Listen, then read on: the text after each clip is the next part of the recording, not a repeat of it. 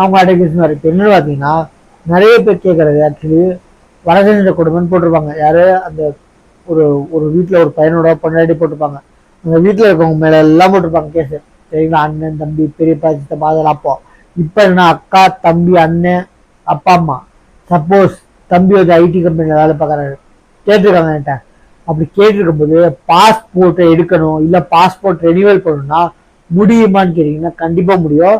இந்த வரதட்சணை கொடுமை இல்லை ஏதாச்சும் கிரிமினல் வழக்கு உண்மையில குற்ற வழக்குகள் பெண்டிங் இருந்துச்சுன்னா தயவுசெஞ்சு கோர்ட்ல முறையிடுங்க. நான் இந்த மாதிரி ஃபாரின் போகணும், பாஸ்போர்ட் வேணும், எதுக்காக முறையிடுங்க, என்ன ரீசனுக்காக முறைங்க, கண்டிப்பா கொடுப்பாங்க.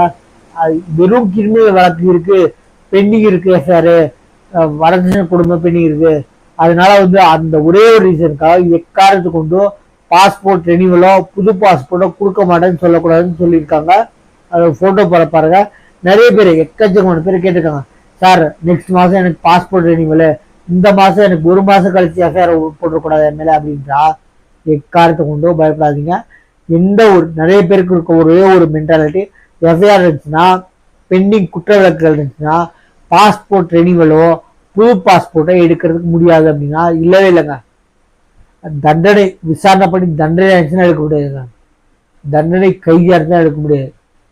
ஆனால் விசாரணை இன்னும் பெண்டிங்ல இருக்கு, எஃப்ஐஆர் ஸ்டேஜ்ல இருக்கு, கோர்ட்ல பெண்டிங்ல இருக்கு அப்படின்னா, இன்னும் விசாரணை நடைமுறையில் இருக்கு, இன்னும் தீர்ப்பு அறிவிக்கல அப்படின்னா எக்காரத்தை கொண்டு பெண்டிங் இருக்குன்னு சொல்லிட்டு உங்க பாஸ்போர்ட்டையோ ரெனியூவலையோ பாஸ்போர்ட் ரெனியூவலையோ நிராகரிக்க முடியாது அப்படின்னு சொல்லியிருக்காங்க.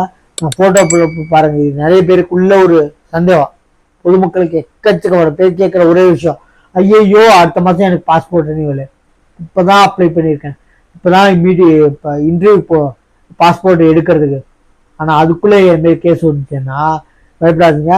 இக்காரணத்தை கொண்டு இந்த ஒரே ஒரு காரணத்தை காமிச்சு நிராகரிக்க முடியாது. நீங்கள் எந்த கோர்ட்டில் கேஸ் இருக்கோ அதே கோர்ட்டில் உங்கள் வக்கீல் சொல்லி ஒரு பெட்டிஷன் போடுங்க, இந்த மாதிரி எனக்கு பாஸ்போர்ட் வேணும், ரெனியூவல் வந்து டைரெக்டாக நீங்கள் அப்ளை பண்ணலாம். ரெனியூவல் இருக்கும்போது ஒரு ஃபார்ம் கொடுப்பாங்க பாஸ்போர்ட்டில், கேஸ் எதுவும் பெண்டிங் இருக்கான்னு கேட்டால் ஆமான்னு சொல்லி எந்த கோர்ட்டில் அப்படின்னு சொல்லி போடுங்க. இல்லைன்னு போடாதீங்க. இல்லைன்னு சொன்னால் நிராகரிக்கிறதுக்கு வாய்ப்பு இருக்குது. நீங்கள் பொய் சொல்கிறீங்க, இல்லைன்னு சொன்னீங்கன்னா நிராகரிக்கிறதுக்கு 100% வாய்ப்புகள் இருக்குது. சரிங்களா, எப்படி கண்டுபிடிப்பான்னா அதுக்கு போலீஸ் வெரிஃபிகேஷன் அனுப்புவாங்க. அதனால நான் என்ன சொல்கிறேன், இல்லைன்னு சொல்லி போடாதீங்க. இருந்துச்சுன்னா இல்லைன்னு போடுங்க. இருக்கும் பட்சத்தில் இல்லைன்னு சொல்லி போடாதீங்க, அதுவே பிரச்சனை ஆகும். நாளைக்கு கோர்ட்டுக்கு போய் போட முடியாது, எனக்கு பாஸ்போர்ட் கொடுங்க ரெனியூவல் கொடுங்கன்னு. நீங்கள் இல்லைன்னு சொல்கிறீங்களா, கோர்ட்டில் சொல்லுவாங்க இருக்குன்றதை நீங்கள் எப்போ தப்பிச்சு போடணும்னு பிளான் பண்ணிருக்கீங்க அப்படின்னு கேட்பாங்க. அதனால உண்மையை நேர்மையாக சொல்லுங்கள், நியாயமாக சொல்லுங்கள், வெளிப்படையாக சொல்லுங்கள்.